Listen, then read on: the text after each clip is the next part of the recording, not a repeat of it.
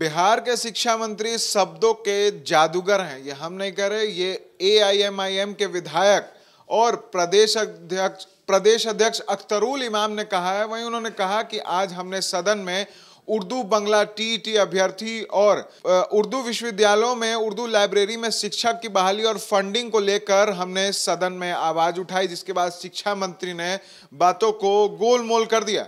और क्या कुछ कह रहे हैं अख्तरुल इमाम, सुने। मैंने तो आखिर दम तक शिक्षा मंत्री के अभिभाषण को सुनने की कोशिश की और मैंने बड़े ज़ोरदार तरीके से खास करके अल्पसंख्यकों के एजुकेशनल इंस्टीट्यूट के बारे में, टीईटी अभ्यर्थी उर्दू एवं बंगला के बारे में, मैंने मदरसा शमसुल हुदा में टीचरों की बहाली के सिलसिले में, उर्दू लाइब्रेरी में टीचरों की बहाली के सिलसिले में, मदरसा बोर्ड के मसले को, एएमयू को फंड दिलाने के लिए सारी बातें मैंने विस्तृत से की।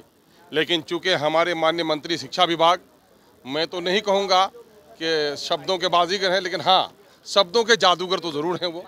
और अपने शब्दों से घुमा फिरा कर उन्होंने उर्दू आबादी को बड़ा मायूस किया है। उर्दू आबादी बड़ी उम्मीद की नज़रों से उन्हें देख रही है कि वो उर्दू से प्रेम की बात कहते हैं, लेकिन मैं कहता हूँ कि उनकी बातों पे न जाओ वो क्या कहता है, उनके कदमों की तरफ देख के वो किधर जाता है।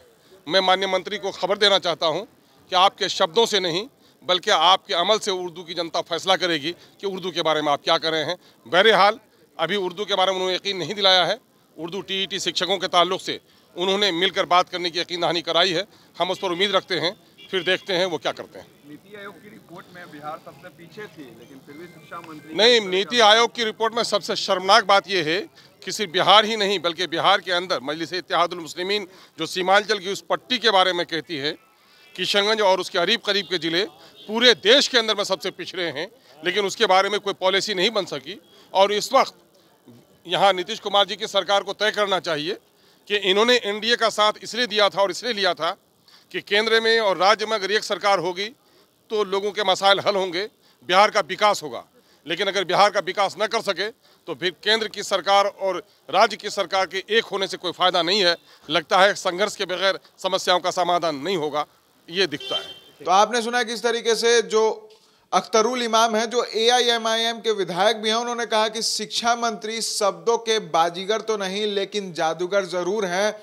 जब हमने इन मुद्दों को उठाया, जब हमने उर्दू बंगला टीईटी अभ्यर्थी और उर्दू विश्वविद्यालयों में फंडिंग के मुद्दे को उठाया तो उन्होंने बातों को गोल गोल घुमा दिया और नतीजे पे नहीं पहुंच पाए। वहीं उन्होंने जिस तरीके से कहा है कि बिहार की शिक्षा व्यवस्था नंबर 1 है, ये कहीं से भी सही नहीं है। ये कह रहे हैं एआईएमआईएम के विधायक अख्तरुल इमाम। ऐसे ही तमाम खबरों के लिए बने रहें द एचडी न्यूज़ के साथ और देखते रहें द एचडी न्यूज़।